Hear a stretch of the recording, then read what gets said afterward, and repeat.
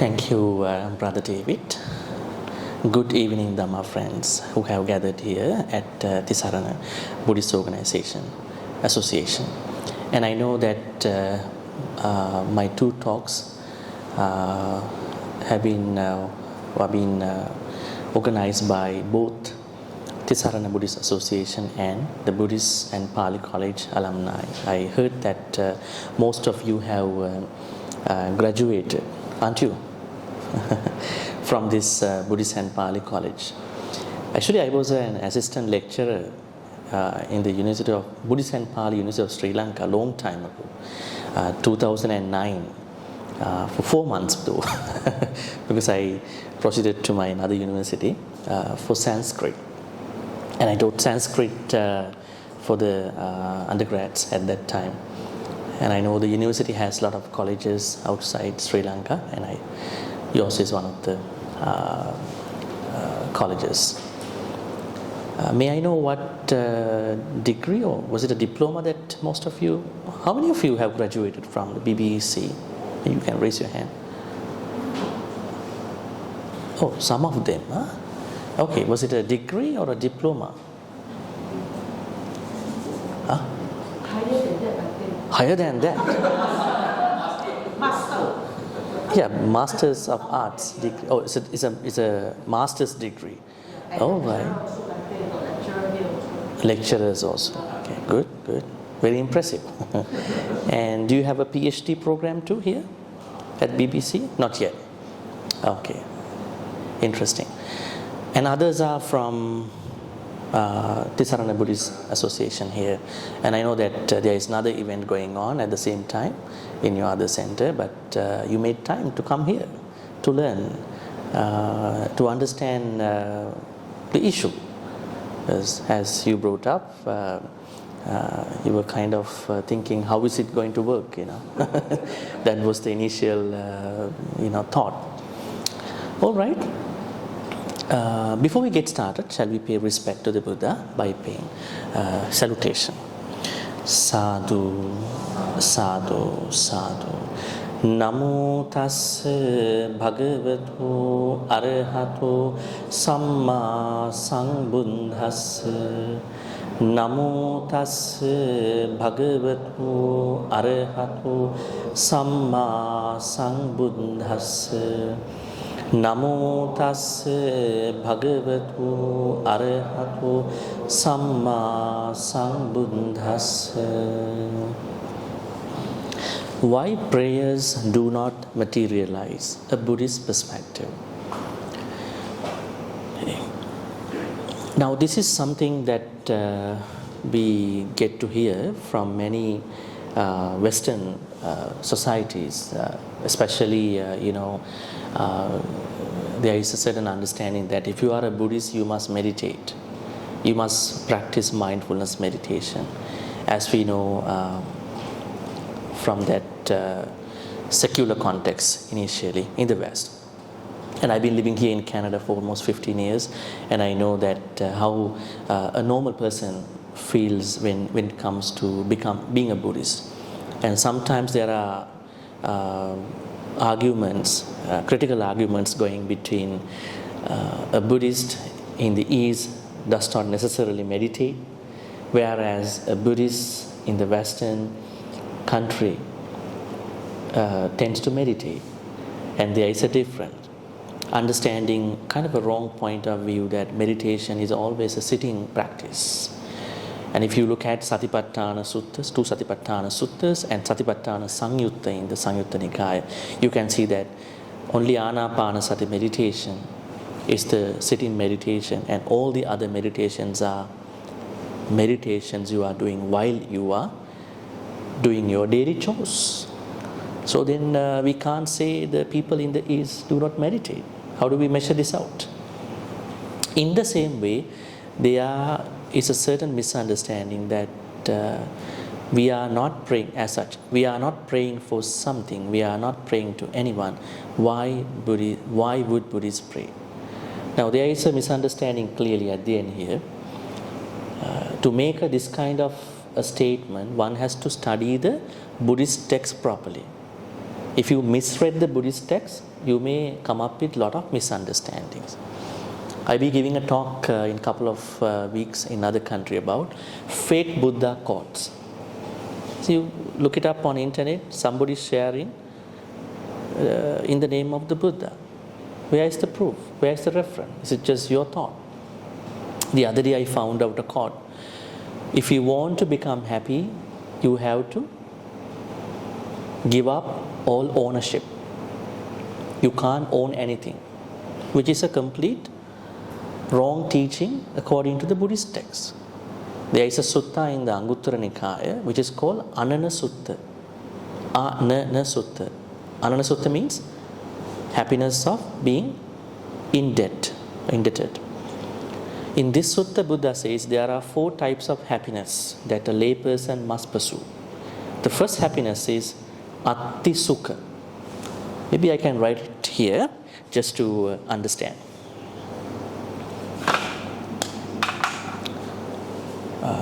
The first happiness is Atti Sukha. Sukha means Sukha, happiness. Sukha means happiness. The sutta talks about 4 types of happiness. Happiness. First one. Atti Sukha means happiness of ownership. Happiness of owning something. Are we happy when we own things? Say for instance, you have good people around you, loved ones, and you have something to, you may have studied something, and you may have wealth, as you said, you may have health. I own good health, I own money, I own my beloved people. Not everybody is blessed to acquire these things. Even if you have nothing, you might say, I have my own peace of mind, happiness. So that means ownership is a happiness, as the Buddha said. But that famous book says in the foreword, if you want to get out of suffering, you must give up all the ownerships. Buddha. So how are we going to talk to these things? There are lots of such statements going around. That's why we have to find out the fake Buddha quotes. Fake Buddha quotes. This is another effort actually. So first happiness. Now I'm going to talk about the rest of the 3 happinesses too. Atti Sukha means happiness that is coming from ownership. Second one is Bhoga. Bhoga Sukha means now you have things that you own, but you might sometimes feel you don't enjoy them. Say for instance, you have money, food in the fridge, you have other wealth, you have knowledge, but you don't feel that you are using them. Right? So that is called Bhoga Sukha, happiness from ownership. Ownership. Then wise use of possessions. Second happiness. Lay people, for the lay people. Because this sutta called Pattakamma, Anana Sutta, I think we can find it out, the reference for this sutta.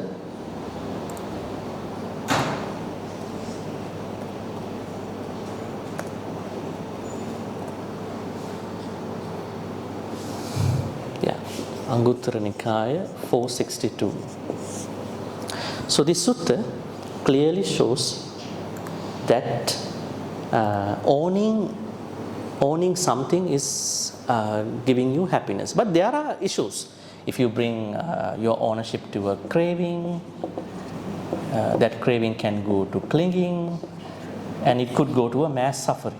That's a different level. But initially, owning things, people, is a happy thing, is a happiness. And then being able to enjoy what you own is the second layer of happiness. And the third layer is Atti Sukha, Bhoga Sukha, Anana Sukha. The sutta's rubric is Anana. That means happiness of not being, not being in debt to others. Now in today's world we understand this from a different perspective. There are people who misunderstand this too. They might think that we don't have to use a credit card. Can we live without a credit card in today's world? What is the purpose of a credit card? You loan money. Nowadays you can't even book a flight without a credit card. Why is it? After this 9/11 incident, they were trying to say if you want to book a flight, you must book through a credit card. So some of them, they bought the tickets through cash. Those illegal people. So just because we use a credit card, it doesn't mean that we are losing anana sukha.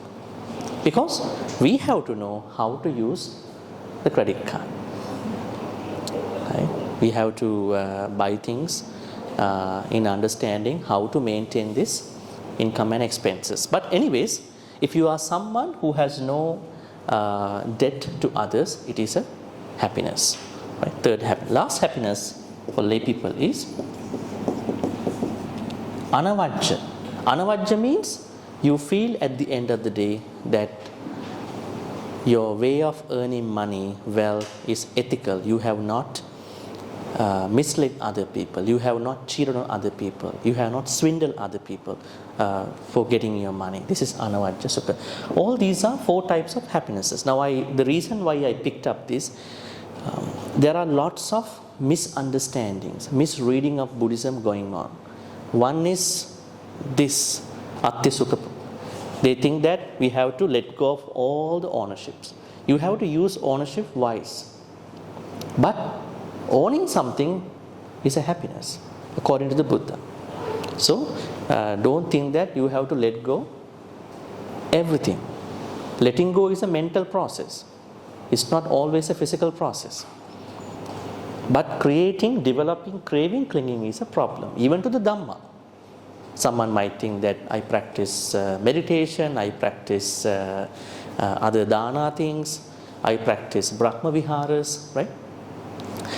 But if you are trying to develop a craving, then it is going to be a problem.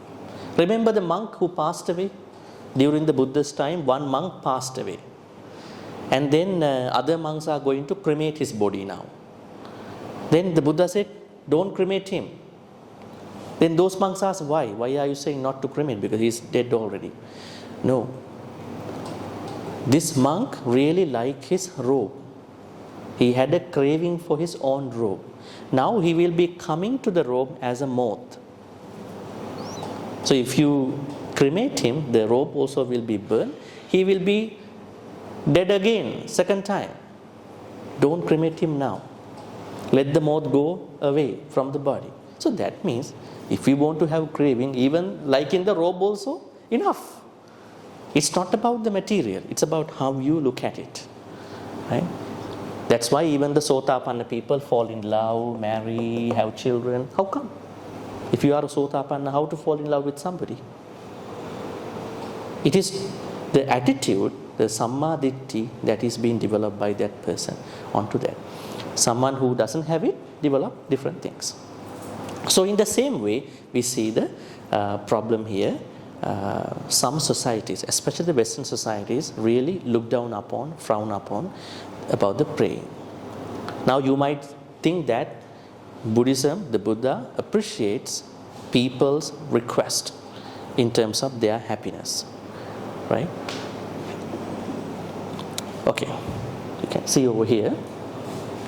In Western context, Buddhism is often viewed as neglecting prayer, as many Buddhists don't pray to or for anything. Instead, Buddhist practice generally focuses on letting go of greed and craving. Yes, that is true, the last part. But the first part is a misunderstanding. Why? Because we understand in Christianity, this prayer is given in a different context. So they might want to look at Buddhism from a different angle. That's why this misunderstanding coming from them. But I don't think you have a problem. You all would like to pray. You've been praying every day, so I don't need to justify this attitude. Then there is another problem coming on. Views on prayer vary among Buddhist schools.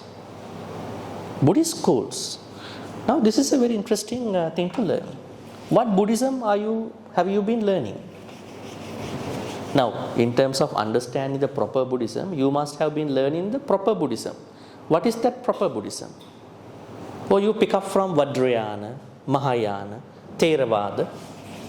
Very interesting, right? We will study that a little bit.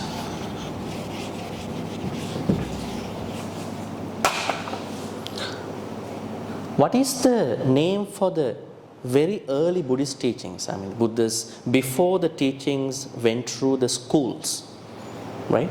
We call it early Buddhism.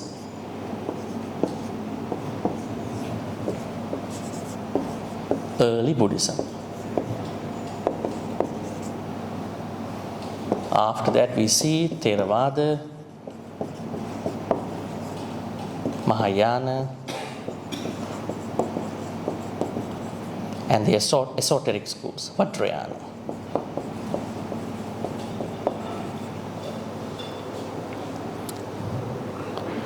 Now we have to learn Buddhism from early Buddhism.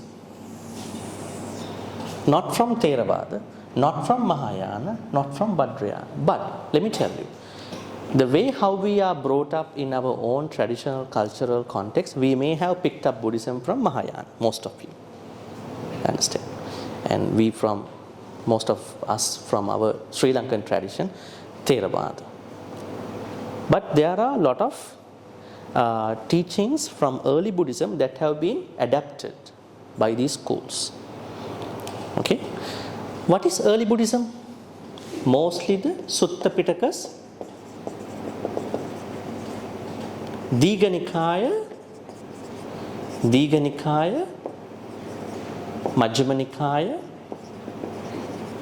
Sangyutta Nikaya, Anguttara Nikaya,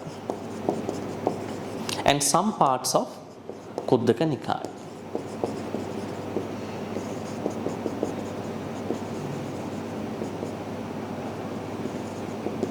They are called as the early Buddhism.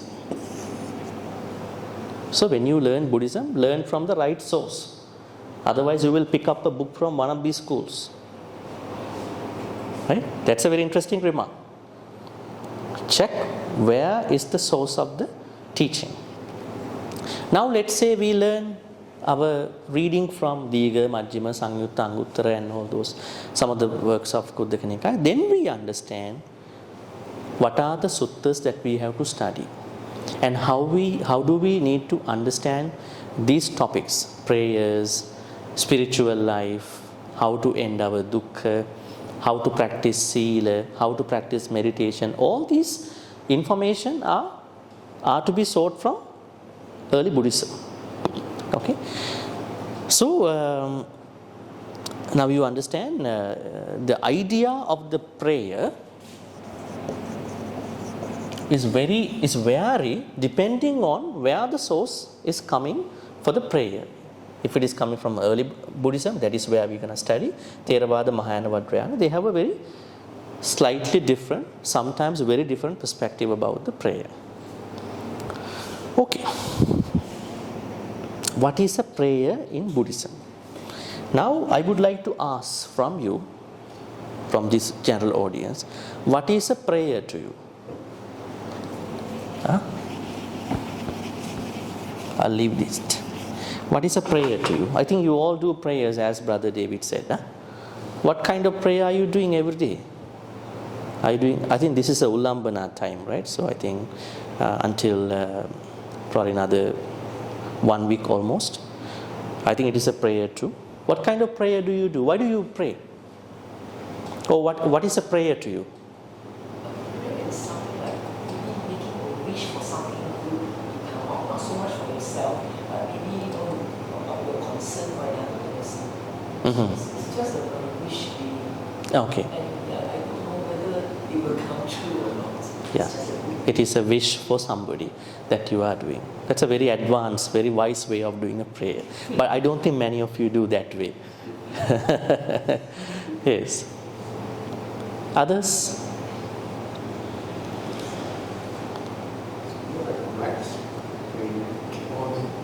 Saying something More like a? like a right. Practice ritual. Ritual. Just Ah. pray, hoping that good tidings will come to you. Uh-huh. The problem is whether we can agree with that English word, ritual, to the prayer. Now, even a meditation can be a ritual, the way how we do it. Actually, Buddha said, do not engage in rituals. Right? Silabbata paramasa. Silabbata paramasa. Sila vata. This means morality and rights. Then he says, practice the Majjhima Patipada, middle path, Noble Eightfold Path. What is a Sila, what is a Vata into Paramasa? The Buddha said there are people, when they practice Sila, precepts, they mostly run into Silabbata Paramasa. They end up with the Sila. Now say for instance the 5 precepts. I think your normal Sila is 5 precepts. What is the meaning of 5 precepts?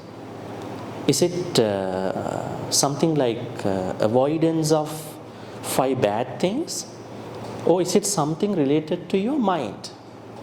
Now I would give you a very simple example. Take a 4 months old baby, an infant.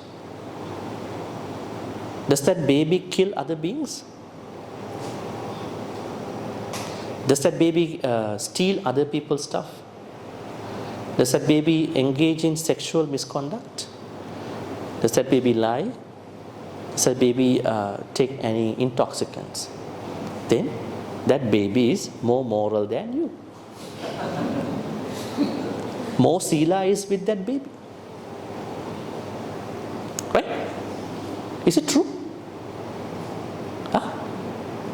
Now there is a challenge to understand this. Is it true that the babies have more Sila than you? Not sure, right? The mind is not developed. The mind is not developed for the baby. Mind not developed. Mind or brain? Mind also, you can say mind also not developed, but there's a mind. Babies have a mind. No, I'm asking, do the babies have a better Sila than you or not? Because they are not doing all those 5. No idea. Mere avoidance of 5 precepts is not practicing 5 precepts. And the intentional avoidance of the precept, the bad side of the precept, is making you a Sila person. Why you are not supposed to kill? You know that killing is bad, and I be killed by somebody in my sansaric journey. And I see the problem that I am creating when I kill other people. Stealing is bad because I know nobody likes to lose what they have sentimentally, preciously earned in their life. I feel the pain and I don't want to have it in my life, in my next life or in this life itself. And I'm not supposed to sexually misconduct because I don't want to be a divorcee. I don't want to be somebody who will be going through a breakup. I'm not saying that every breakup, every divorce has connection to Kamisa Michachara, but there may be things like somebody is going to step over to somebody's dearly cordial relationships and then trying to steal somebody, and you are not worthy for that person. I am more worthy,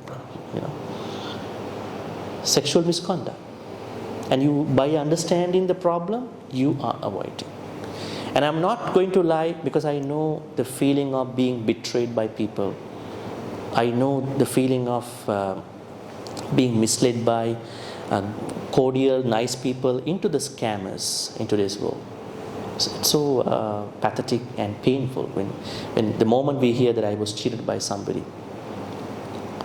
And I'm not supposed to eat and drink intoxicants to an extent where I lose my presence of mind so that I cannot make a sound judgment. And if I do so, I can do the rest of the break the rest of the 4 precepts because I am not sober. So I understand, you understand. That's why you are not going to step over to that song. Baby doesn't know that. Right? So practicing sila means an intentional avoidance of the 5 precepts. So, but there are people who don't understand this. They think that the more that they physically avoid these things, that they are better in the sila. That is not a sila. It is an extreme way of sila. We call another term for that, atta kilamatanu yoga. Atta kilamatanu yoga, which the Buddha did not approve. Right? And then vata means rights. Rights mean at that time of the Buddha, there were people who behaved like a dog, eat like a dog, talk like a dog. How to talk like a dog? Bark, right? And then sleep like a dog, perch like a dog. And then somebody came to the Buddha. Bhante, you see that man, that lady is behaving like a dog in search of enlightenment. What will happen to his or her next life? You know, when someone has been practicing and behaving in a certain way, that will be the life this person will be getting in the next life. So this person will be a dog, definitely. And there was someone, we call it Sunaka Vata. Sunaka means dog, Vata. Sunaka is the Pali name for the dog. Naka means nails. It is said that in Pali, the dogs have the sharpest, cutest nails. And then there was someone who was behaving like a cow. Sleeping like a cow, talking means, making the sound like a cow. And then the Buddha was informed, does it? This person will be a cow. Definitely. Most of the habits that you've been developing in this life will be the nature of you in the next life. Right? That's why we have to be surrounded by the Kalyana Mittas and associate the humans a lot while giving compassion to the animals. So anyways, prayer, as you said, can be a ritual, the way how they practice. Prayer is not necessarily a ritual. Other answers? What is a prayer? Any other answers? Prayer is not a ritual in Buddhism. Prayer is a responsibility that every human has towards certain groups. Now you see Ratana Sutta. In Ratana Sutta you can see the second stanza of the Ratana Sutta. Can you recite the second stanza of Ratana Sutta? Tasmahi bhuta nisameta sabbe mettang karota manusiya pajaya divacha rattocha haranti e baling tasmahine rakkata appamatta. Now Bhante Ananda is telling all the spirits, evil forces in the Vesali city.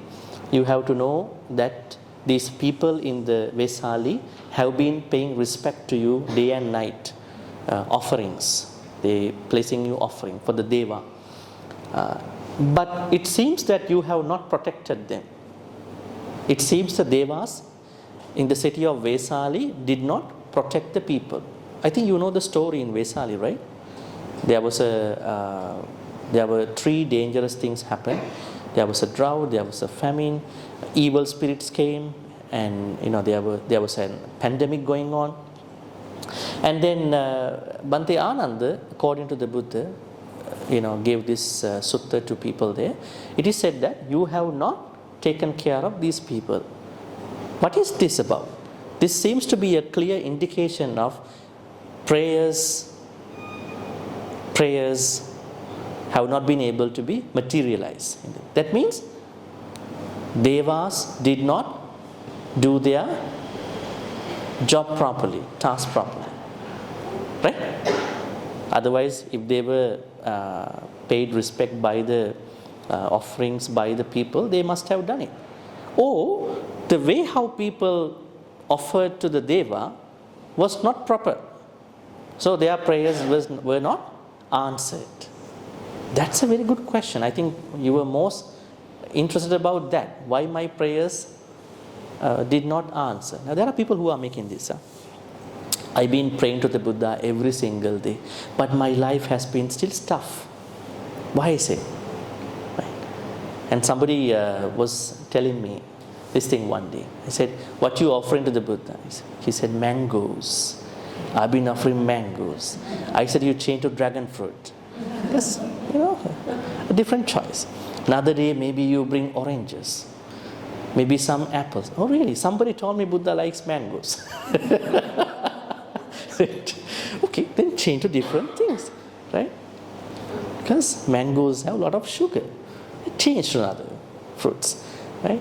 So it's not a problem with the Deva. It is the way how we are doing it.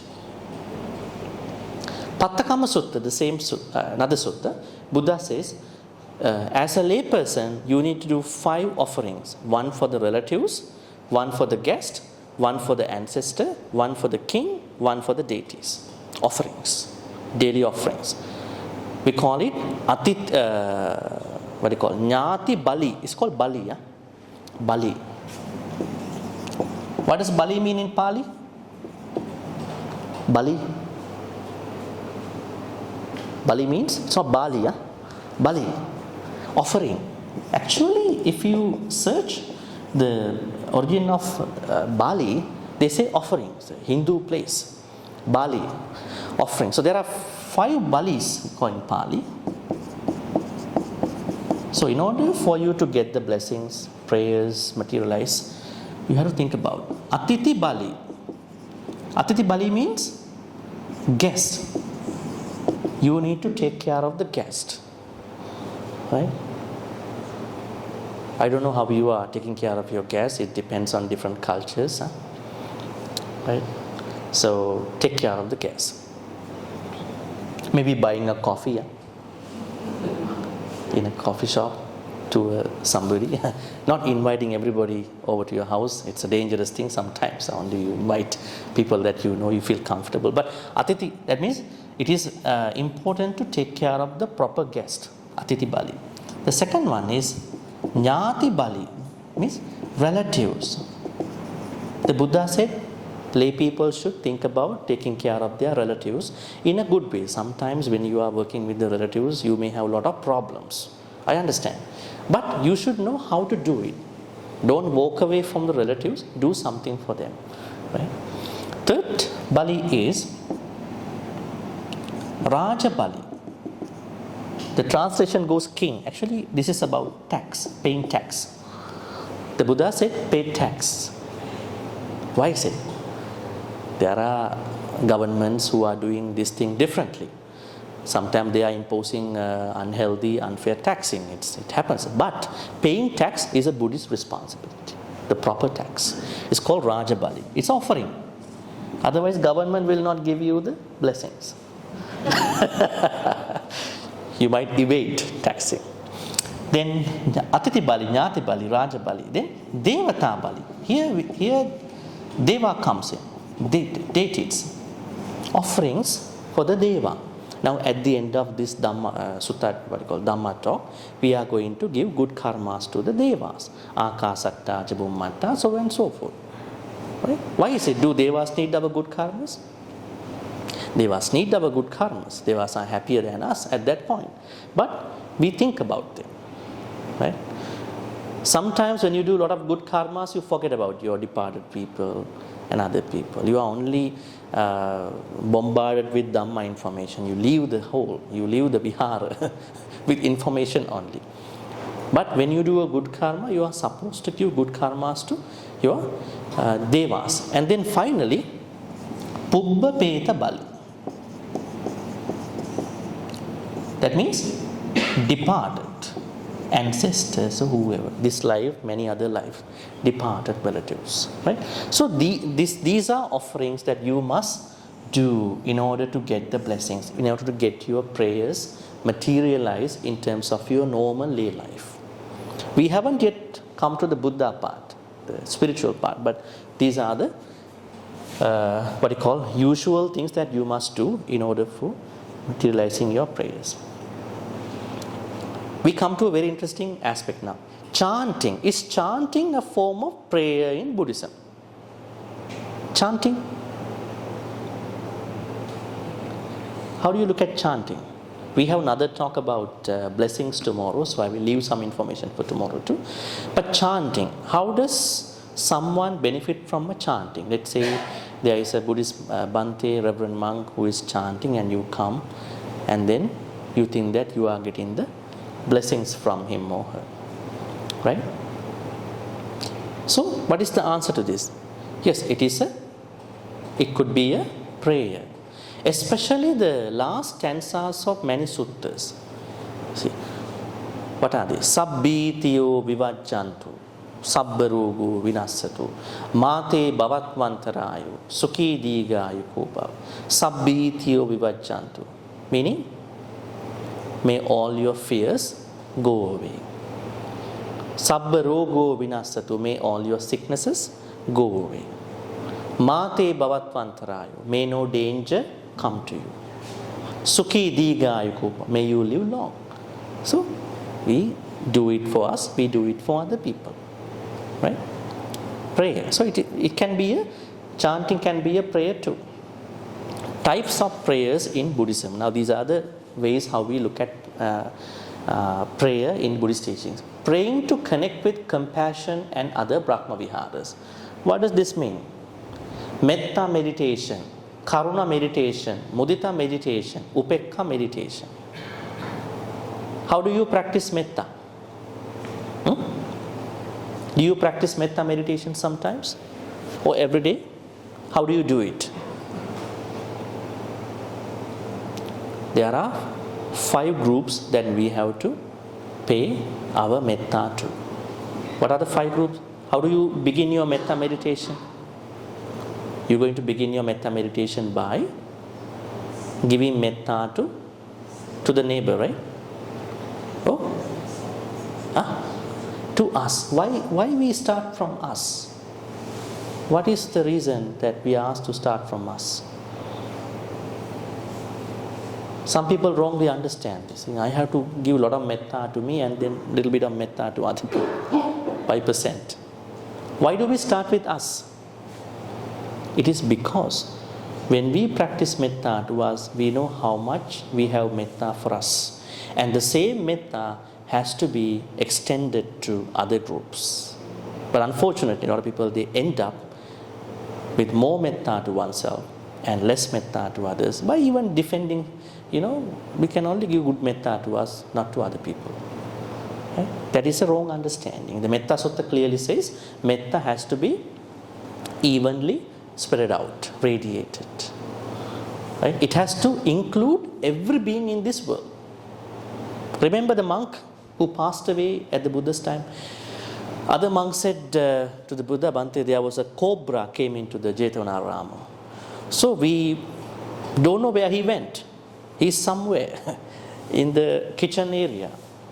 So there was a monk who was always telling the other monks, I am practicing metta, don't disturb me, don't even knock my door, It's metta, respect my metta.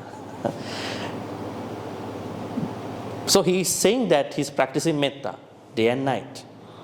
And other monks were asked not to disturb him. He was asking. But sadly, that cobra went to him and then attacked that monk. And he passed away. Then everybody else was very shocked. You've been practicing metta and we don't do that. Cobra directly went to you and attacked you. You passed away. And they informed the Buddha. And Buddha said, yes, you are right. He has been practicing metta. But there was a problem in his metta practice.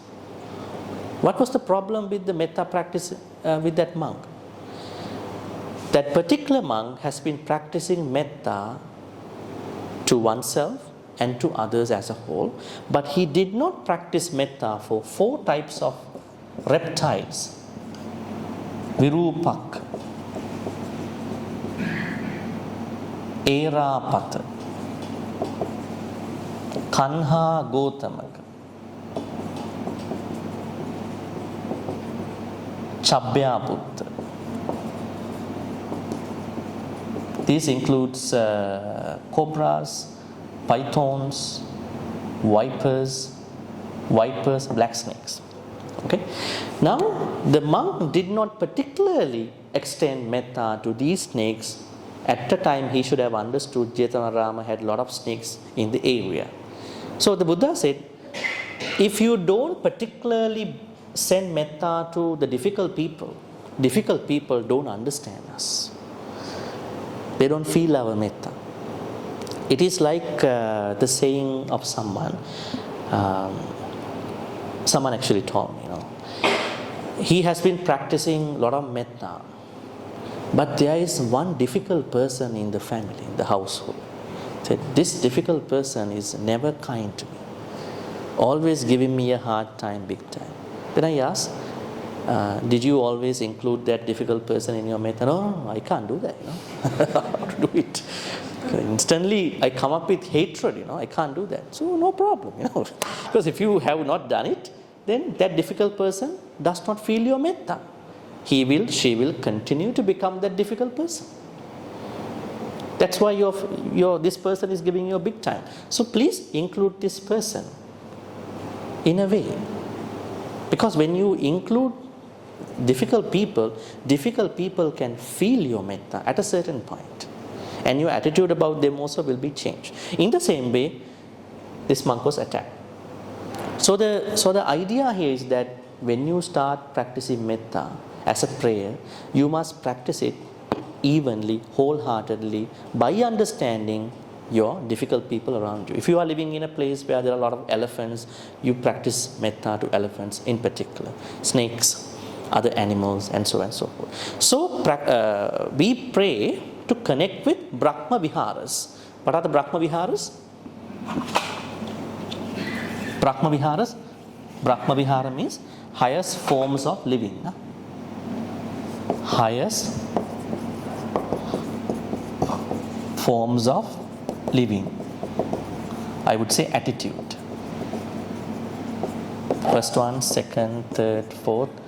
Metta, Karuna,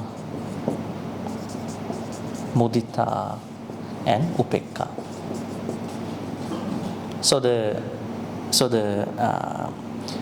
preparation is going high as you practicing, as you go into the highest quality of Buddhism. Upekka is the highest quality of Buddhism. That means Karuna is more difficult than Metta, Mudita is more difficult than Karuna, Upekka is the highest. So if you can spend your day with one of these, actually your practice will be a simultaneous practice of these four when you practice them. What you are doing is you are not only thinking about metta to you, but also other people. You are not only being compassionate to you, you are going to be compassionate to other people at the same time. You are not even happy about what you have achieved, you are happy about what other people have been achieving. And you are looking at everything with upekka, and you are wishing other people gain upekka too. So, first aspect of Buddhist prayer is connecting to Brahma Viharas. Connecting to Brahma Viharas. I think because we have a little bit of time, we will go see a little bit of other things. Karuna. Now, metta is unlimited friendliness. Karuna means, Karuna has two perspectives. One is empathy, the other one is compassion. Right? We can be empathetic, we can put us in other people's shoes, but that doesn't help them a lot, right? Because of our financial obligations, our maybe our role, we might not be able to be compassionate. Compassion means the full version of empathy, that you are able to help them out in a good way. Mudita means, mudita, is there any mudita over here? Because there are a lot of Pali names going on with some other people's name. Mudita. Mudita means? What is it? Sympathetic. This is also a translation issue because when we learn about it. Now, mudita means, we normally call it altruistic joy or unselfish joy, right? How to practice it? Normally, are we normally happy when other people achieve things? Maybe our family members. Because the society has been more comparative, competent about what they've been achieving. Especially when you search social media, when other people put the most competent stuff, and you get like, huh, how come, right? Right? Photos, right? Even trips, their achievements. How do we instantly accept their happiness, or do we have a hard time in understanding what's going on, right? That is very interesting. If you have mudita, you instantly acknowledge, accept their happiness, right? So that is called mudita. Now, have you heard about the greed? In Buddhism, greed has two parts. One is, we call it lobha, not lobha, abhijja, sorry, abhijja, and this other one is visama lobha. Translation is greed for what I have. Visama lobha means greed for what others have. This one we understand, nah? So we normally become greedy for what we hardly earn, money, everything, right? But visama lobha, have you ever heard there are people that are going to be greedy for what you have? Have you ever experienced this kind of a moment that you heard from another person, that another person who you never know, bad mouth about you, criticize you for nothing? Then you get to hear this thing from another friend that you know. Why is it? There are many people who you may not know, but they are not happy with what you have achieved. That person has visama lobha. So in the same way, we understand, in order to feel happy for what other people's go through in their happy levels, we must have developed lots of mudita. That has to be an ongoing journey. You can't achieve there in one day. Upekha means equanimity. What is upekha? What did the Buddha say about upekha? Now you know how we experience our sensory things. Huh? I think that's an interesting thing to learn.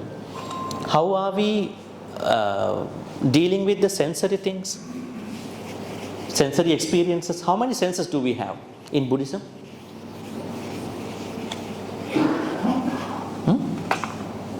How many senses do we have in Buddhism? We have eyes, ears, nose, tongue, body, and mind. In the Western perspective, seeing, hearing, smelling, tasting, touching, thinking. But we take the Pali perspective. Now what is happening to these six senses? Tell me. What is happening to these six senses? There are always sense media coming to these senses. Huh? What are coming to my eyes? Sight or images. What are coming to my ears? Sounds. What are coming to my nose? Smells. And tongue? Taste. And body? Touch. Mind? Thought. Now I'm trying to tell you how to practice upekha. Okay? When sights come into my eyes, when sounds come into my ears, when smell comes to my nose, when taste comes to my tongue, when touch comes to my body, when thought comes to my mind, what is normally happening? What do you think? Are my senses stronger than the external sense media, or are sense media going to be more powerful than my internal senses? What is normally happening? What is normally happening, not with mindfulness, not with those high qualities. What is normally happening is that all these sense media are taking over my senses. So also yours, for the most part. They are going to take over. And then what happens? What is going to be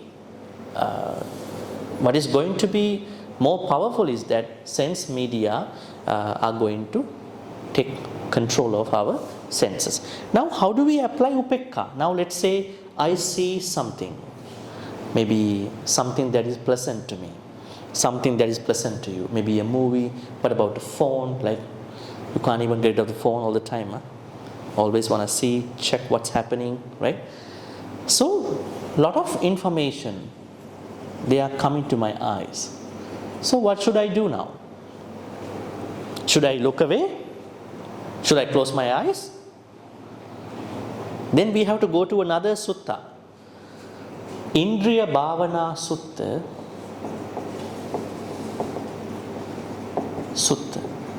Majjhima Nikaya 152. Last sutta of Majjhima Nikaya. In this sutta, someone comes to see the Buddha, a disciple of another teacher. Then the Buddha asks, "Hello, how are you? How does your teacher teach you how to take care of the senses?" Then that man says to Buddha, "Bhante, our teacher had told us when unpleasant people come to our eyes, people we don't like come to our eyes, we have to close our eyes. That's how our teacher told us. And then we feel happy. We have the Indriya Sangvara. Our senses are so calm."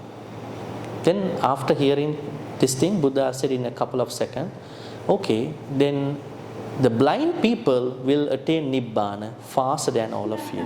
Right? They don't see anything. Right? But they still manage with the braille. They must have attained Nibbana, all of them, but they have not attained Nibbana as that. Then he asked him, "Can you explain further on the way how your teacher told you how to take care of your sense?" Bhante, when we are hearing sounds, voices of the people who we don't like to hear, songs, other people, then our teacher had asked us to cover our ears. So we have the calmness in our with regard to those sounds. Then giving some thoughts, the Buddha said, then the deaf people must have attained Nibbana earlier than all of you. Deaf people. But deaf people don't attain Nibbana in that way. Then the Buddha said, calmness in the senses does not mean that you have to go to a sensory deprivation. We are not going to shut down anything. We are giving our ears, but we know what to pick on, what not to pick on. Normally what happens in the household, you are going to pick on everything what people are talking in the household. Then you are going to respond to everybody for everything that they said. There is a big issue then coming up. Say, what did you tell me? And then you are going to give your interpretation about that. So we don't have to pick up everything what these other people are talking. Then the Buddha said in that sutta, when the sounds, when the sights, smell, taste, touch, whatever the external objects come to our senses, do not give lot of likeness, do not give lot of dislike, practice upekkha. Don't like, don't dislike, practice upekkha. Right? Because when people are complimenting us, we feel very overwhelmed by that compliments. Very much shrugging off and very much happy. When people, the same people are constructively criticizing us, we feel very down. How come you talk to me like this? You've been appreciating me a lot in the last couple of years. But if you take it as a normal thing, then you are not going to go through any of the pain. So, upekkha. So this is the first context we understand prayers work. If I practice Brahma Viharas, Metta, Karuna, Mudita, unlimited friendliness, compassion, altruistic joy, and equanimity, I have to do it for other people too. I have to wish other people grow in their metta, grow in their compassion, grow in their altruistic joy, grow in their equanimity. It's a prayer. Right? In other sutta, somebody asked from the Buddha, Bhante, there is someone who never listens to me and who is always trying to have an issue. So how not to be angry with those people? And Buddha said, think about something that person had done to you, even a tiny small help that person has done to you. So you can practice metta to that person. Then the person is telling the Buddha, Bhante, this person has not done anything to me.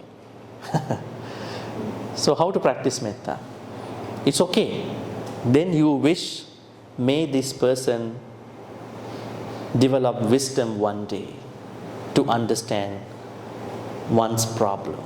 So there is no any excuse for not practicing metta. So metta, karuna, mudita, upekkha attitudes are the first way of prayer. Second, praying to understand the self journey, our inner self. Third, praying to discover wisdom. Right?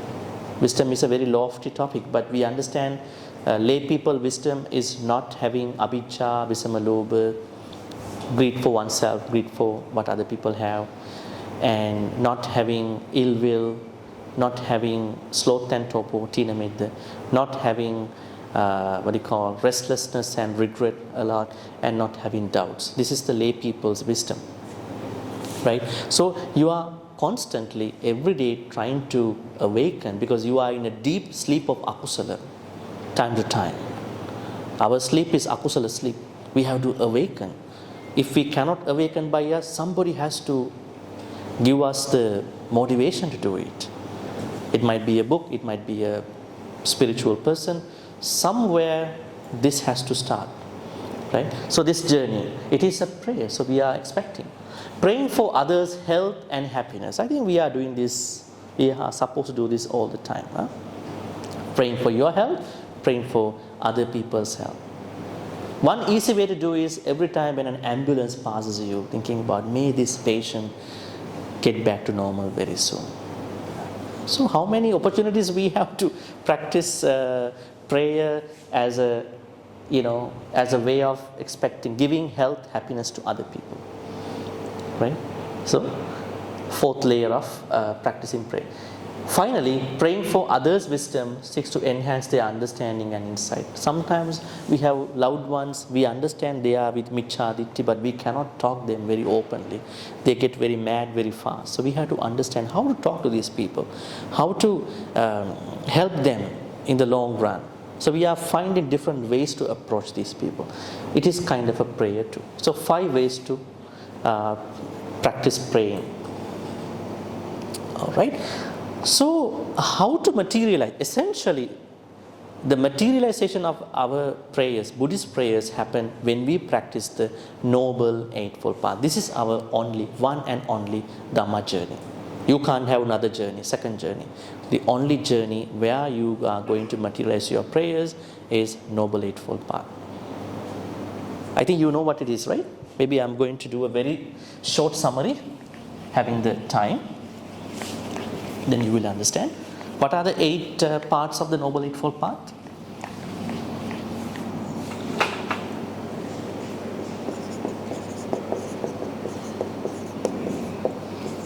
Okay. Right view, right thought, right speech, then action, then right living, then right effort, right mindfulness. There's a wrong mindfulness too. A lot of people practice mindfulness wrongly. Wrong mindfulness. We will discuss that a little bit if we have time. Then right concentration.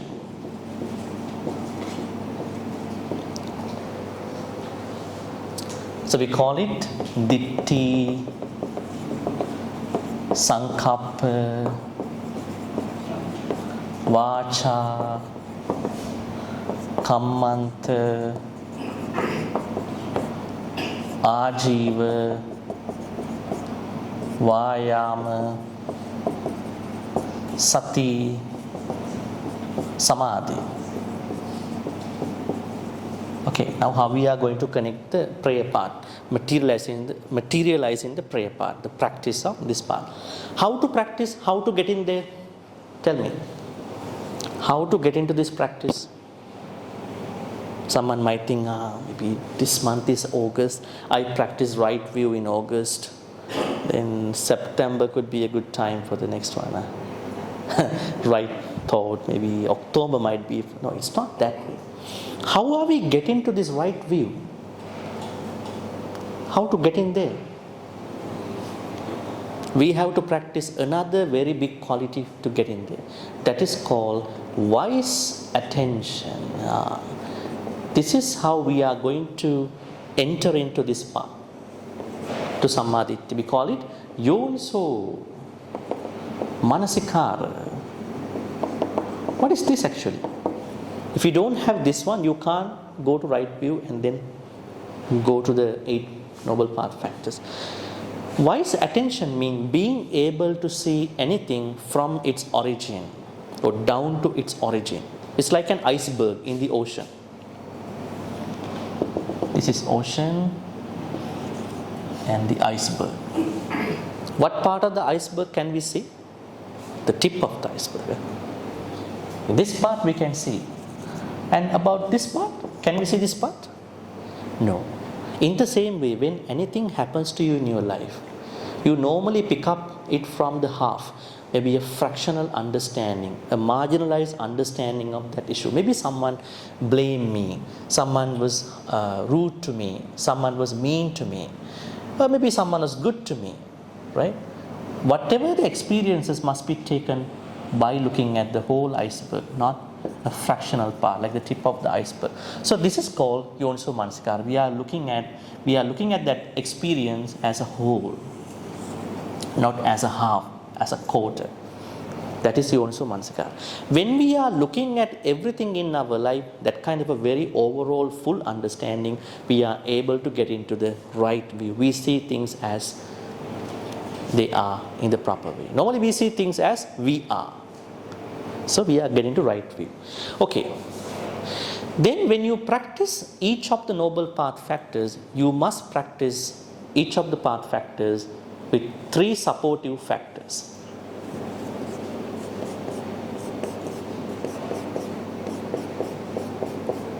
What are they? Again, Samma Ditti, Samma Vayama, Samma Sati. These 3 are going to be applied to all these. I will give you an example. Now, in order for you to understand right view, you must separate out right view from the wrong view. What is the wrong view? What is the right view? I have to see the difference. So that difference can be done only by having another layer of Sammaditthi, just to differentiate. Now you know what is to be done. Now what is the second challenge? You need some energy to do it. Sometimes we know this is bad, but still we are going to the bad side. Why is it? We don't have enough good energy to practice Dhamma. We know this is good, but still we do this, we repeat the bad thing. Why is it? Because our energy does not go to the Samma Vayama, right effort. So when you have the right effort, now you know I have to leverage, I have to bring them into practice with the energy part. Then now you know you have energy, then what to do now? You need mindfulness to know where to practice, at what time, when to practice. That part can be only done with right mindfulness, Samma Sati as a help. So all the other noble path factors. Let's take right mindfulness. In order to practice right mindfulness, you should know what is wrong mindfulness. What is wrong mindfulness?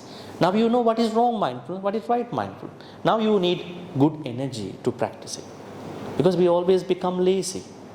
Today you listen to a Dhamma talk. What about in another couple of days? Do you have the same energy to listen to Dhamma talk? To practice, even more challenging to many people. Right? and then you must have energy. Then you should have another layer of mindfulness to catch up with the right time. This is a time that my sense media are going to take me over. I have to stop it. I have to put me back into the right mindfulness.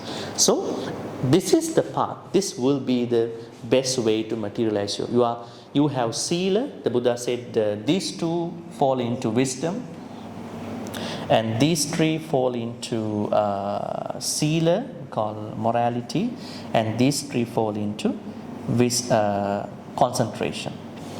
Right? A lot of people, they don't know something here. They always think they have to start their path with sila. But in Buddhism, we start our Dhamma path with panya. Why? Without understanding why I practice sila, without understanding why I practice mindfulness, I can't practice anything. So we start with wisdom, we go to sila, morality, and then we go to samadhi, concentration. Then our final goal will be the lofty wisdom, higher wisdom. Right? Alright, so this is how we are going to practice that. So tell me, what is wrong mindfulness then? What is wrong mindfulness? Wrong mindfulness? What is right mindfulness? What is wrong mindfulness? So any practice, any mindfulness practice that has no four satipatthana is a wrong mindfulness. And Buddha said here, wrong concentration. That means any samadhi that has no purpose of attaining nibbana, only jhanas, that is called wrong concentration. Alright, so that is the Noble Eightfold Path. It's a different subject too. Okay, so now I think we have come to the questions part. So we have questions here already, couple of them, but I would like you ask some questions. We will take time for the Q&A. And then I know there are certain areas still we have to discuss. I hope with your questions I'll be able to discuss that part.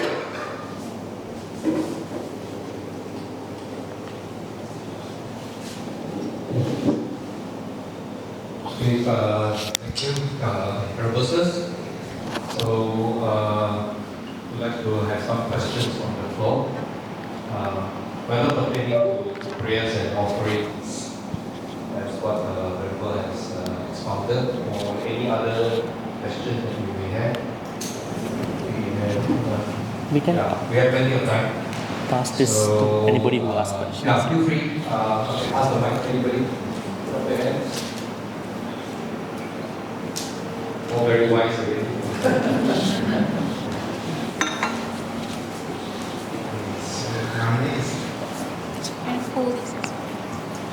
Take the boat actually. Hello, my name is Lin. Yeah, good. We can see you now. My name is Mr. Lin. Take it closer to the small mic. Hello? Yeah. Hello? Can you? Okay, my name is Mr. Lin. I like to know the praying and chanting. Praying and chanting currently in the Buddhism is very major part of the Buddhism. But is it the Buddha instructed or Buddha make the way for people to pray and chant, or later develop under the Buddhism? What was the last part? Did the Buddha make? Yeah, is it Buddha instructed this rule, praying and chanting, or later people develop praying and chanting? Was it a late adaptation, or did the Buddha say originally? Thank you.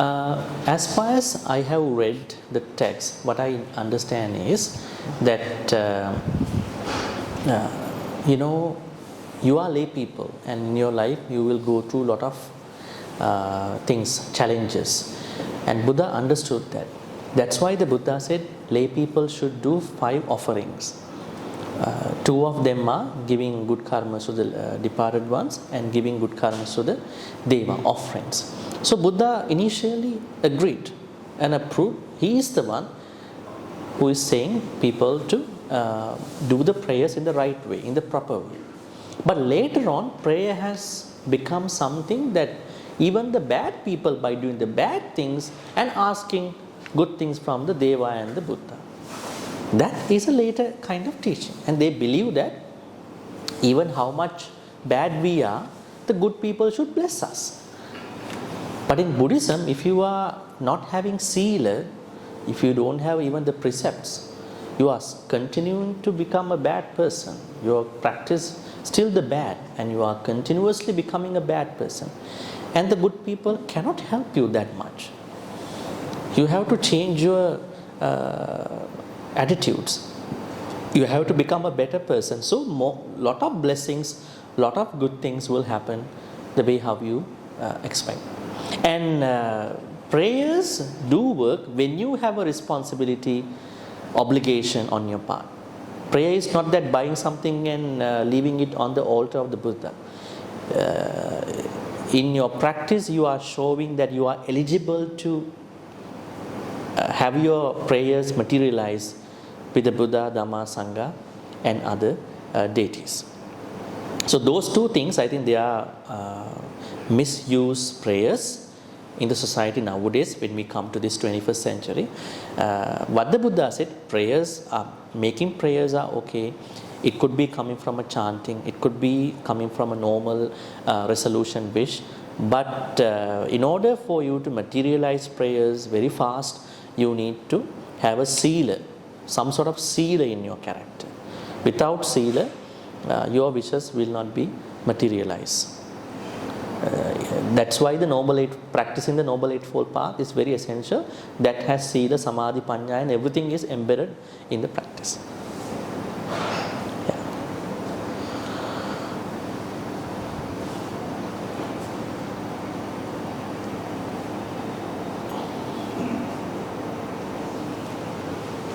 Some more questions from the floor.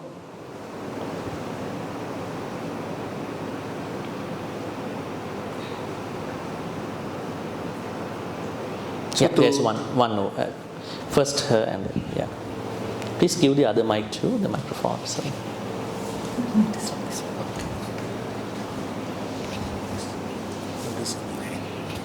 Afternoon, Bhante. Just now you mentioned about the jhana thing about meditation. Is it that still under jhana means that the person is still in the greeting situations before he can achieve into wisdom or meditations? Can you repeat the question again? I can't hear you properly. Maybe you take the mic a little closer. Just now you mentioned about practicing the meditation on the jhana part. Is it that I'm wondering, is it when you're at jhana, still at jhana 4, things like that, you haven't get out to practice wisdom meditation? Does it mean that you are still in the greed position? Okay, now when it comes to the practice of Samma Samadhi, there is a Michcha Samadhi, wrong concentration, and a right concentration. Now, wrong concentration means the Hindu practice of practicing jhana. There are some people who practice jhanas only to go to the bliss, just to feel happy. But the Buddha says this is very temporal, because anytime, because of the external sense media, you can exit from the jhanas. So what the Buddha says is, according to the Samma Samadhi, is that you are starting out with jhanas, first, second, third, fourth jhanas. Once you hit the fourth jhana, you have to shift your focus of the jhanas onto the vipassana side. That is how you are creating Samma Samadhi. But there are people who don't do that, like the Hindu people. They only keep doing jhana part only. That is going to be the Michcha Samadhi, wrong concentration. Make sense? Yes. Thank you, Bhante. Yes. And you remember in the Ratana Sutta, if you remember Ratana Sutta, there is a stanza for this.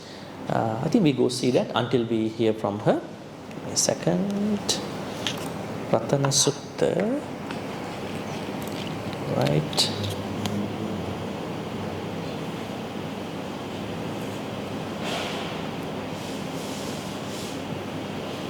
It's become very slow. Okay. The Buddha has clearly stated this in the Ratana Sutta. Okay, we'll go see. Okay, this stanza. Young Buddha said to Parivanna Isuching, Samadhimanang Tarikanyamaho, Samadhina tena samona vijjati. The Buddha is interpreting his samadhi and the Hindu samadhi. We can go to the stanza over here. You will understand more. Verse number, I think, 4. Yeah, verse number 5. You can see here.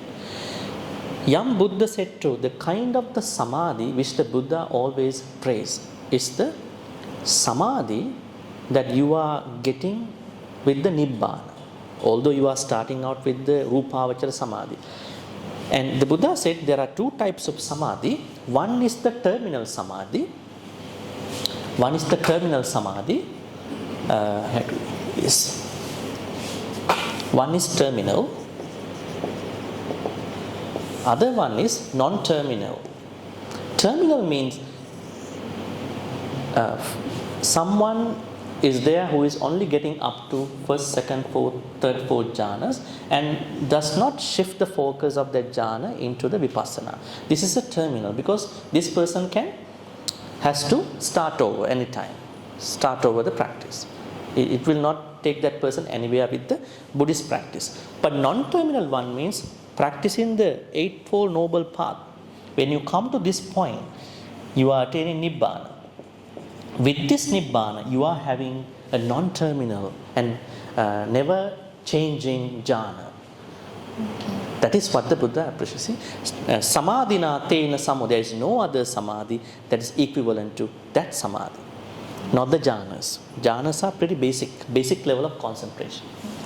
Okay. All right. So we have sister. Okay.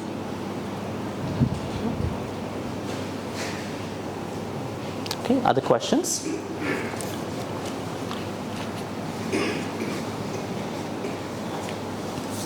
Hi, good afternoon, Bhante. Yeah. Okay. Yeah, so nowadays there's a lot of new age teaching, something like law of attraction. I'm not sure, are you familiar with that? Yeah, the law of attraction. So something like sometimes people will keep thinking about things they want, then they think that by thinking and this kind of thing they will manifest to their lives. So in a certain way they will argue that it's almost like what Buddhism taught, like mind is a forerunner. Mm-hmm. And if I keep thinking that okay, well, I can be rich, I can keep thinking about it, there's somehow the universe will manifest this kind of thing onto me. So does it have any relevance to the Buddhist teachings? Well, I mean, we have to know the full case here. We don't know. There are things that can happen that way. Can you try to single out one example so we can understand this better?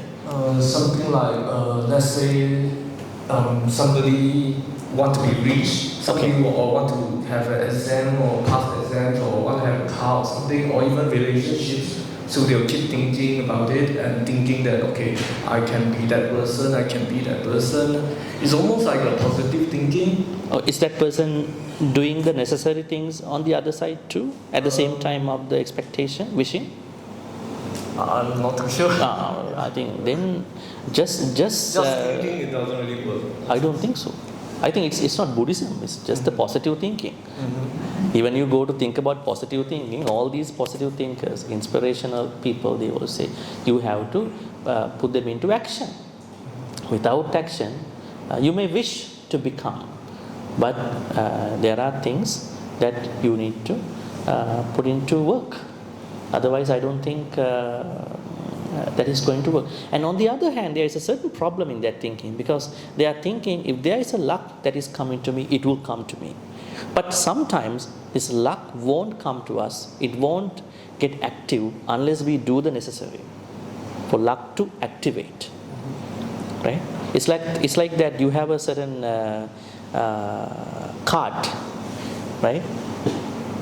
Maybe even a credit card. You have to go and activate it. You have the credit card, but you have to activate it.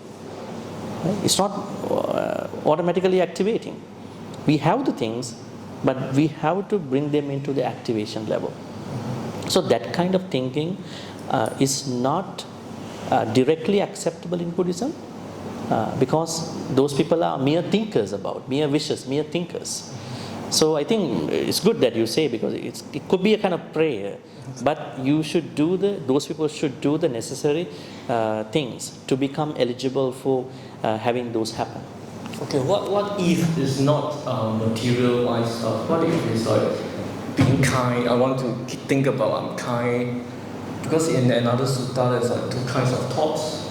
That keep thinking about being kind and thinking about kind thoughts.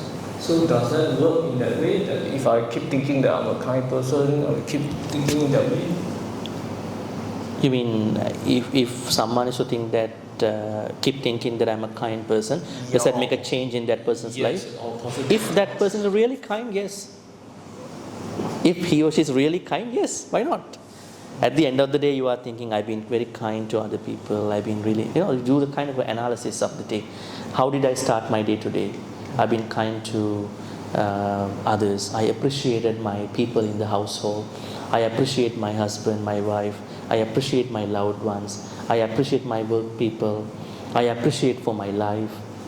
So I have been kind to myself. So at the end of the day, all these are helping you to become a very positive person. Yes, if you do the necessary, yes. If you don't do the necessary, if you are just mere thinker, a speculative person, I don't think that can create something that is kind of substantial, right? Then you will become just a mere thinker. There are thinkers like that. May this world become a better place. How it is going to be a better place if you don't do your part?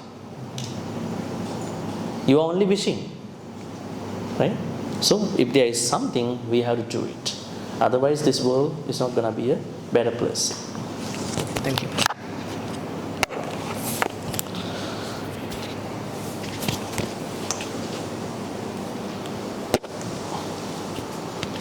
Okay, till you come up with other questions, I will go by questions here. So please raise your hand in the meantime. Besides Sila, what other things should be included to materialize the prayer, the Noble Eightfold Path? Sila, Samadhi, Panya. Sometimes the praying is not materialized. Somebody sent me these questions today. By understanding, I'm going to give a talk. So I put them into this. Sometimes the praying is not materialized. Is it because the wording that used is not convincing the Deva? Very interesting. Are we supposed to chant in Pali or English or Mandarin, or which language is going to better work? Which language do the Deva understand? Deva understand your real insight. Doesn't matter which language you are doing. But if you do it in Pali, it is better recognized by many Devas. Because now, even now there are Devas who had been living from the Buddha time. Even now, there are many Devas who were seeing the Buddha, who saw the Buddha, who had encounters with the Buddha. So they know this is through the Buddha's teachings. So better to do it in Pali, the proper Pali. Right? Better. But if you cannot, what to do? Just go by your language. At least you have the understanding about it. Is it sometimes Buddha, Deva, etc. are busy battle with demons, so not attend to our prayer? Now in the Ratana Sutta we understand those Devas didn't show up for whatever the reason. I don't think so. Yes, Devas must be busy. How to take care of all these people. But if you are truly making the prayer, truly, really wholeheartedly, I think you'll be supported by many Devas every day, all the time. You'll be having a lot of narrow escapes in your life too. Why sometimes the praying takes longer time to materialize, but sometimes it takes shorter time to materialize? It depends on the conditions. Sometimes we have the right conditions, sometimes we have the wrong conditions, and delay can happen. It's like a normal thing. You go to a certain activity, you think every day this happened right on time, but today it's an unusual delay, right? Why is it happening so? It is not the activity itself the problem, it is a conditional problem. New conditions have come up. So the more we understand conditions, the better we are in our prayer management. And we will see prayers are realizing, materializing. Is there any special wording in praying for different wishes to make the praying effective? I think you have to fine tune your prayers. I accept that. Let's say you do the first kind of prayer, metta, karuna, mudita, upekkha. Now, how to do metta in the proper way? Starting with myself and doing to the loved ones, second layer. Third layer is neutral people, right? Because there are people who we don't like, who we neither like nor dislike. Third layer. Fourth layer, difficult people. Fifth layer, all living beings. I think there should be a certain way to do it, the proper way. Not that we pick up only us and our loved ones.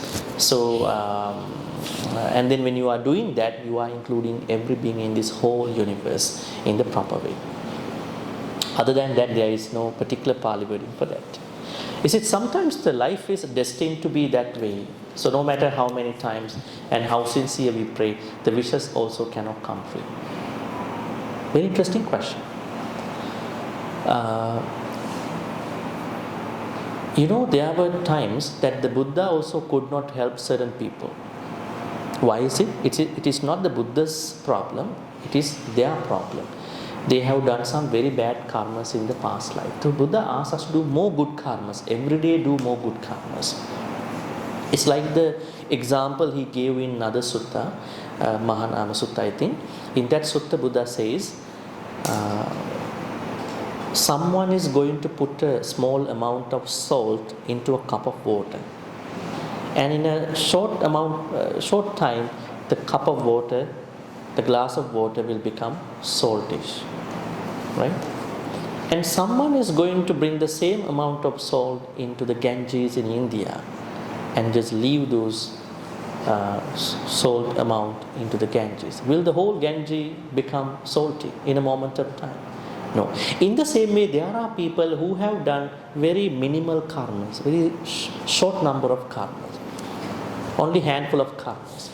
Even the small bad karma can take that person's life over. One small bad karma. But there are others who have done some bad karmas, but now having understood, realized the problem, continues to do a lot of good karmas every day.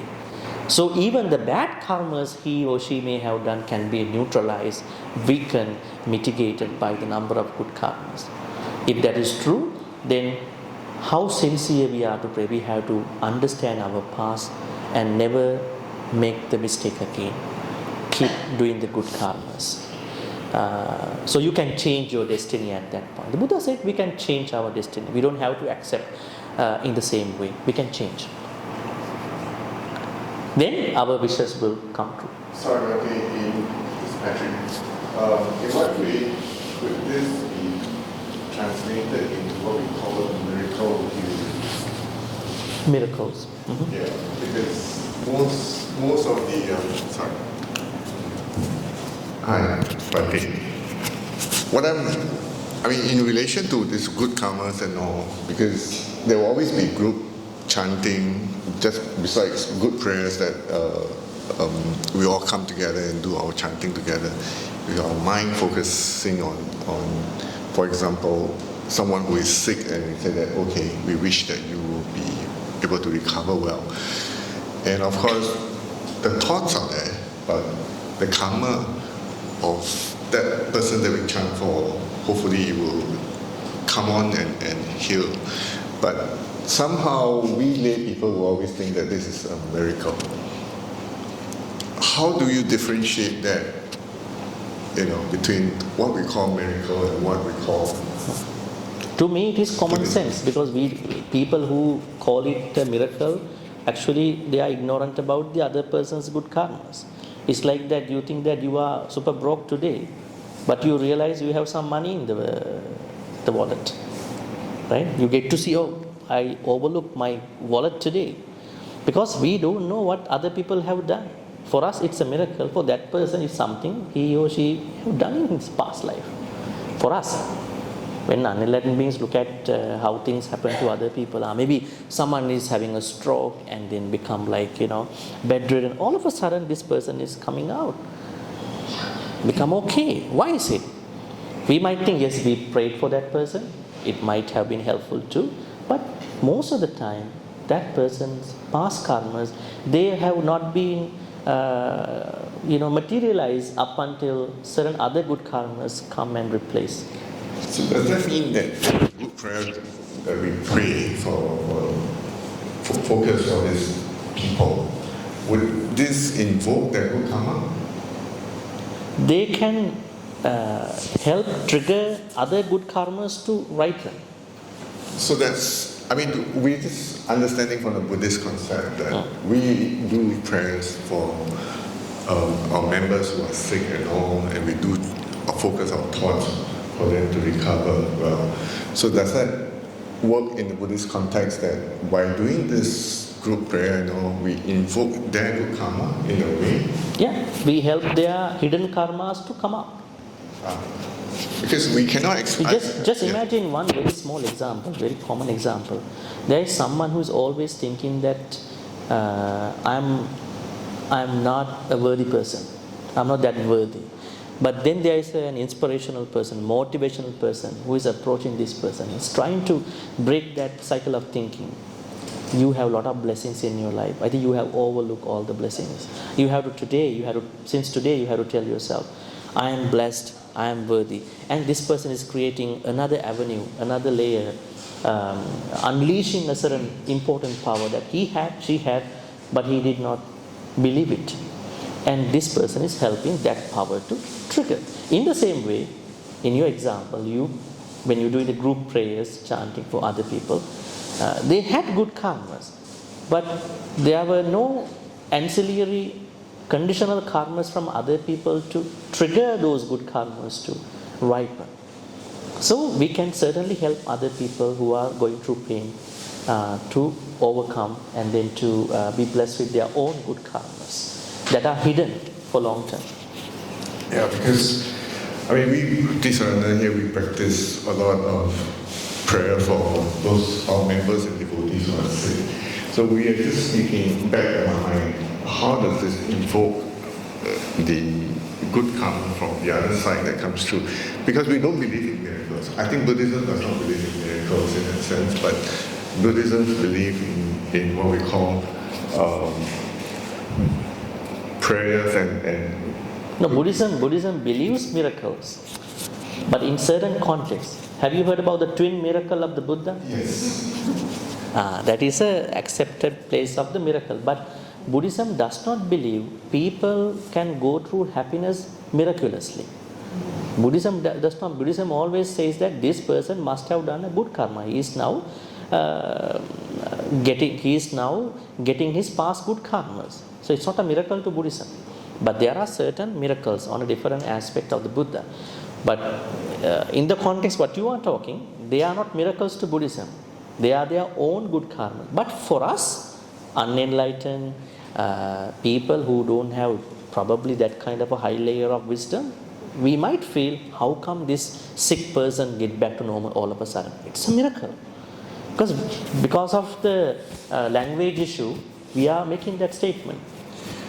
Yeah, in the context that what Buddhism believes in the miracles is more of phenomenon that normal people cannot do. Yeah. Yes. Okay, that's the only applicable to certain enlightened people. Certain. Yes. Yeah. Or you achieve certain jhana stage where and then disappear and appear elsewhere and things like that. So in that context, in our context where we as a lay people, when we pray for well-beings and all, so we always invoke the triple gem, the virtues of the triple gems to open up our good karma in that sense. So in our prayer, that what we normally do in our temple, TBA and all. So by doing that, so we invoking the chances of the good karma to come up. Am I right? Yeah, and we are triggering other people's hidden karma to flourish too. Right? We are helping their hidden karmas hidden good karmas to trigger. That's a very important thing. Sometimes there are good karmas in many people, they are permanently hidden because they haven't found out the conditions to ripen those good karmas. So we are helping them actually. Sorry, I'm taking a little thought. Then, in some instances, then if we are experiencing bad karma, and when we come to the temple for prayers and all, so by doing that, could we also subdue our bad karma with this? Okay. First thing is that there is a misunderstanding in that question is other people. The misunderstanding is there are people who think we do a bad karma and then we can neutralize. So we are not asking anybody to create a new bad karma. Let's say you have done bad karma, killed a mosquito, maybe lied to someone, right? All these bad karmas. Then you are now trying to do more good karmas so that those powers of the good karmas will neutralize those bad karmas. But if you've done the 5 bad karmas, the 6 bad karmas, killing mother, killing father, wounding the Buddha, killing arahants, and making a conflict among the Sangha, and following a teacher who never talks about the ending of the dukkha, they are the heinous karmas. If you have done them, you will have to go through the pain for some time. Otherwise, other karmas will be time to time neutralized, mitigated as you work on the good karmas. Okay. Thank you, Bhante. All right. Okay, we'll go to this question until we hear a question. As saying in life, yes. Oh, you have a question. Yes, go ahead. You also hidden on the side. I'm Jepson. Oh, you are Jepson. Nice to meet you. Just on top of what Brother Patrick has said, other than Buddhist explanation, other religion, they were talking about miracle. So just to offer the scientific way, because the body we have commonly filled with water, 70%. And the water changes its quality when information is given. This is from science point of view. And when everybody gather together and do a positive energy, that water in our body changes. And miraculously, they say, you are healed. So that's a perspective from the science point of view, which added with the karma. So I'm not sure what you think. No, that is when you look at the phenomenon from a scientific perspective. You see it's a miracle. But in Buddhism, we know when we chant, when we pray, when we really bless someone, there are a lot of things happening. Now, say for instance, the 11 benefits of practicing metta. I think we can find an answer from that. What are the benefits of practicing metta? Number 1, sukhang supati. You can sleep well. Now, in our normal life, if someone can sleep well, how many other people are blessing you as such a blessed person? When I go to the bed, I can't sleep for many hours. I'm struggling a lot. But you sleep well. We don't know what's happening scientifically within our mindset. Right? Nobody has done the scientific survey about the enlightenment properly. It might not be, receptive. So, sukhang supti, can sleep well. Sukhang patibujjati, you can wake up very well. Sometimes when you wake up with a very difficult posture, nightmare. But when you practice metta, you can wake up happily. Napapakang supinam pasati, you don't see any nightmares. Manussanam piyavoti, humans like you. Amanussanam piyavoti, non-humans like you.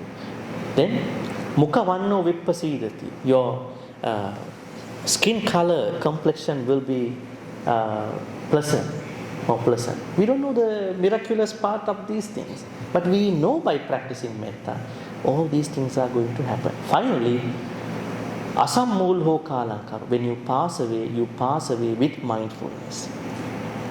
It's not that you pass away without knowing you pass away. A lot of people say that when you pass away while you are in sleep, it's a good thing.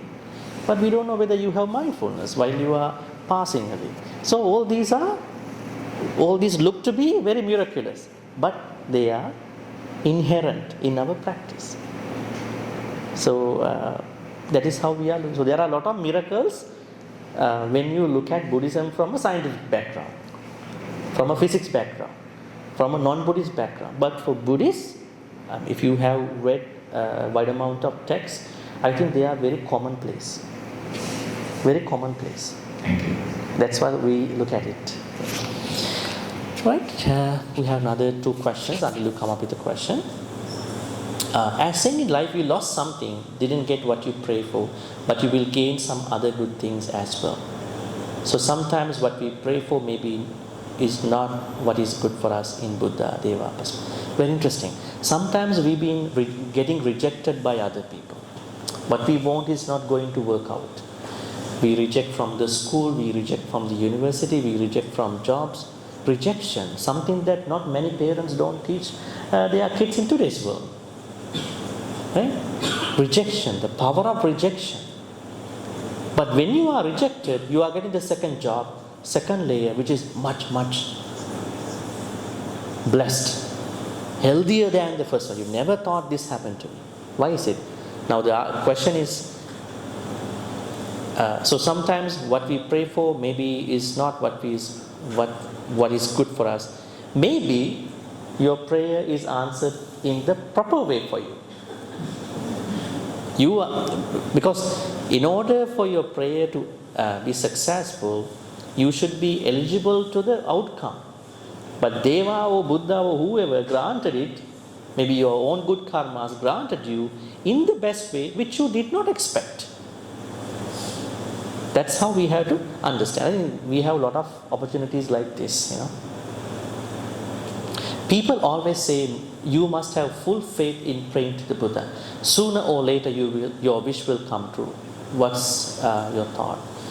Yes, we don't have to hurry up, rush for good things. It takes time, Not that you thinking tomorrow by 5 a.m. you should be a Sotapanna, I think no one should have this kind of a very rushing thought. We know it's a process. Forgiveness is a process. Noble Eightfold Path is a process. Metta, Karuna, Mudita, Upekka, all these are process. They are part of the process. So as we embark on the journey, we are understanding what's happening to us. So it takes time. Last question. People always say you must have full faith. I think the same question. It's double. All right. Any more questions about? What about astrologies and all that? When people go to, whether you go to the Chinese astrologies or Indian astrologies and all, and they want to change their faith. Mm-hmm. Okay, because by altering their birth dates or their names in a way that they do it, is it an alteration of the karma? Well, if the karmas are not going to be changed as the way how we born, then if somebody is going to tell you that you will go through this thing and that thing, I don't think it's going to be Buddhist unfriendly. But if they say your life is destined, it is already written on palm leaves somewhere in India. It's written. It's on your palmistry, and you can't change that. That is not a Buddhist friendly idea, because Buddha said you can change your destiny. Most of the things, but there are certain things we may not be able to change. But according to astrologers, they are saying that you cannot change anything, you can't customize your future. Right? It is built in, it is destined, just wait for it. But that is Buddhist unfriendly.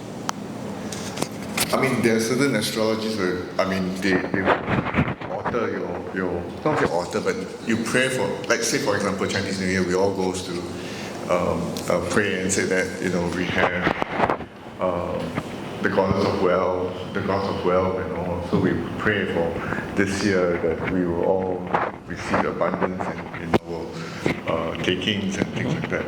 So, but it's a kind of prayer in a way that we have every New Year when we. That's very good practice. Yeah. So what that means that we are conditioning our mind for the New Year to come, so that we work hard on that perspective. I think it's a good idea to pray like that, because you are not praying like that all the time during the year. Chinese New Year helps you to think afresh, think anew. I think it's a good condition for us to refresh our abundance and everything. Not that Chinese New Year conditions us. So in Buddhism, what we understand is we have to create opportunities for us to wish good things. Chinese New Year is a good opportunity. And then Sri Lankan New Year is a good opportunity for them to clean the house and expect prosperity. Full Moon Day is a good day to think about a good purification of the spiritual life. I think all these are good conditions for us to to refresh us. Yeah, they are not anti-Buddhist. They are Buddhist friendly. But don't ask me, is Buddhism okay with burning stuff? Don't ask me that question. Well, I mean, this is 7 months. You see a lot of people burning. Okay. This is what I was going to ask you the next question.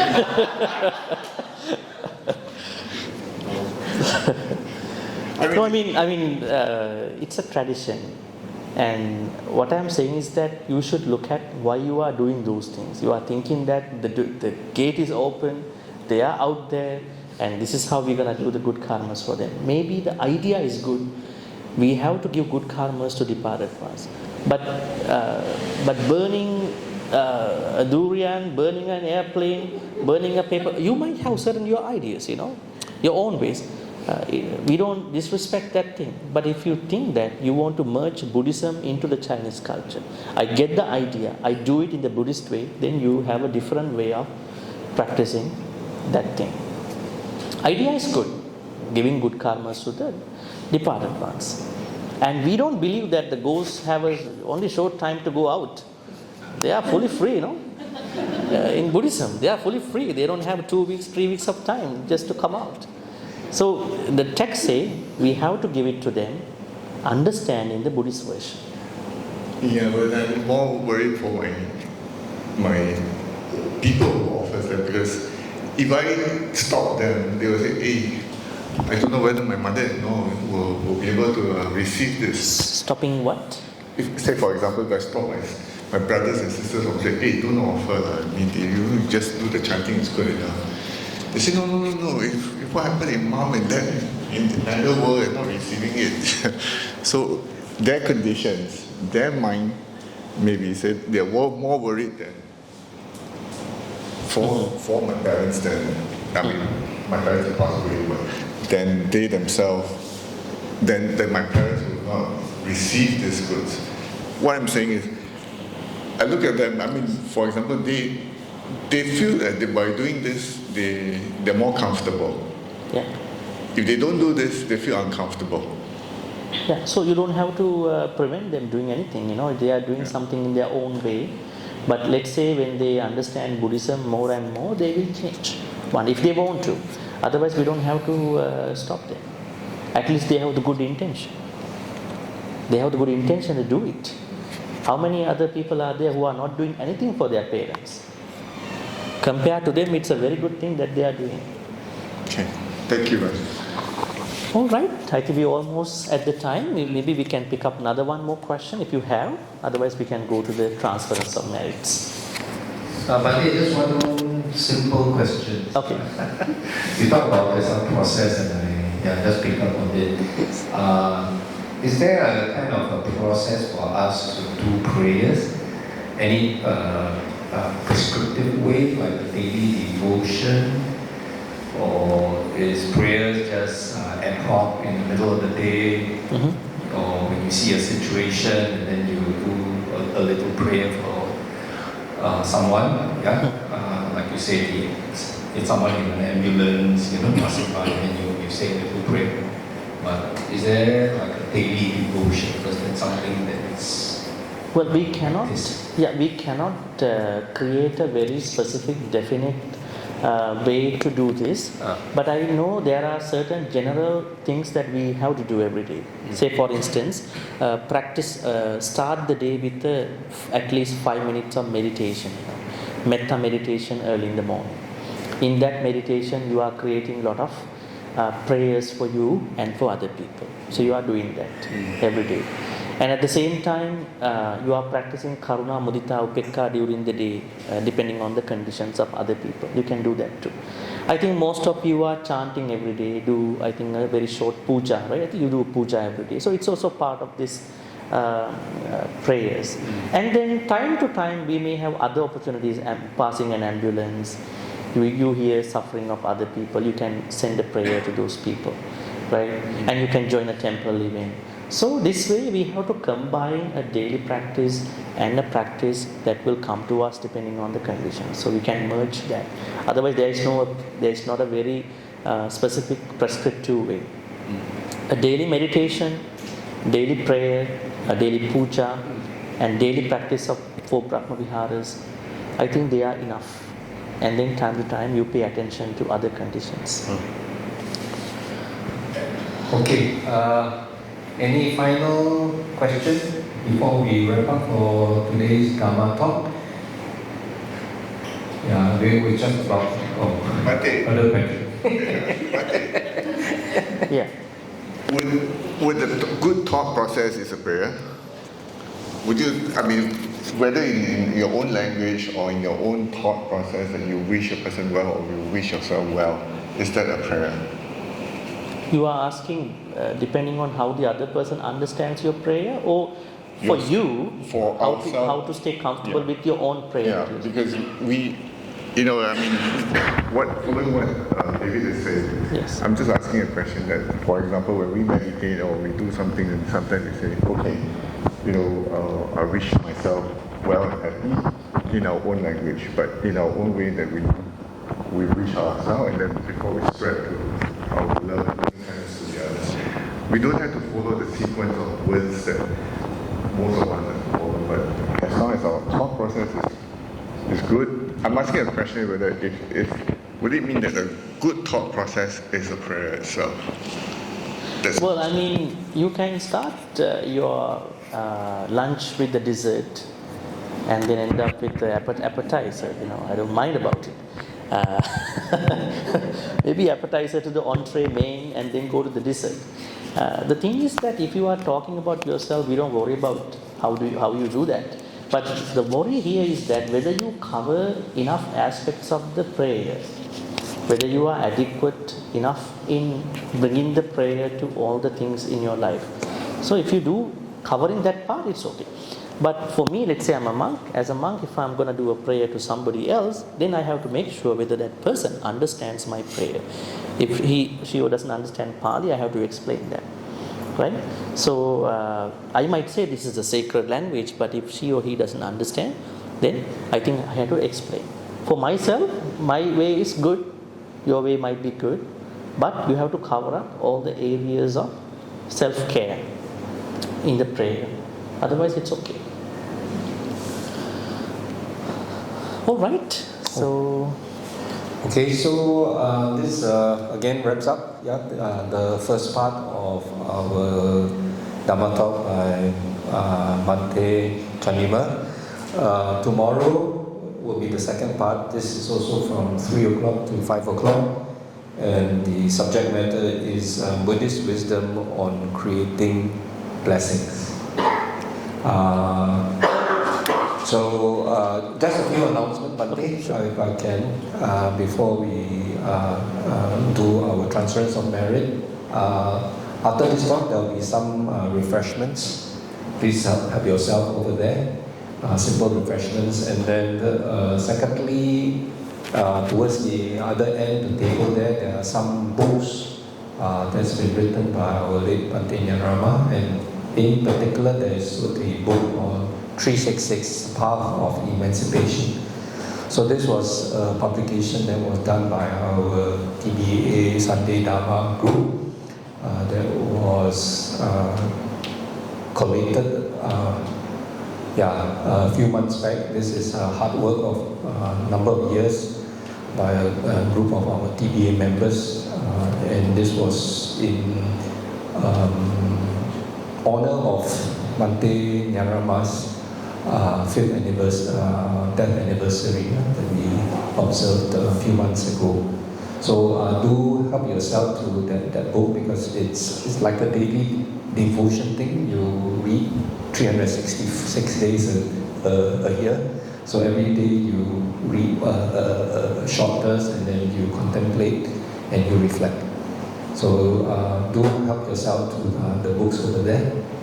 There are more, so not to worry. Do take them along with you. And then at the back over here, there are some blessed water. These are TPA's blessed water that we offer to all our members or devotees. And then after the Dhamma talk, before the snack, you can take a picture, group photo. Oh yes, before yes. the snack. Yeah.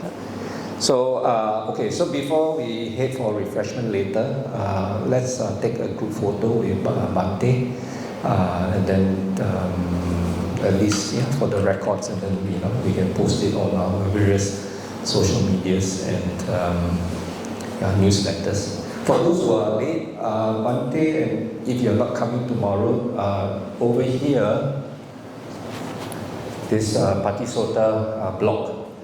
So this is a block that's created and administered by Bhante Chandima. So it is very well recognized, and I believe there's this research body that does the blogs on Buddhist studies, and this blog actually came up ranked 58th in the world.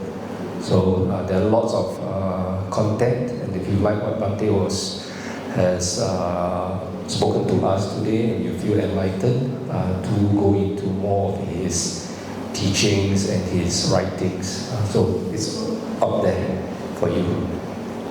Okay, good. So we will then. Okay, so let us end this service on this Dhamma talk by doing our transfers of merit. Bhante, you can lead us. Thank you, Brother David. And as we have been coming to the final moments of our discussion today, Dhamma talk about how to materialize prayers. I wanted to be thankful, grateful to Ti-Sarana Buddhist Association, and also Brother Jepson and everybody from Buddhist and Pali College alumni for coming here and then learning.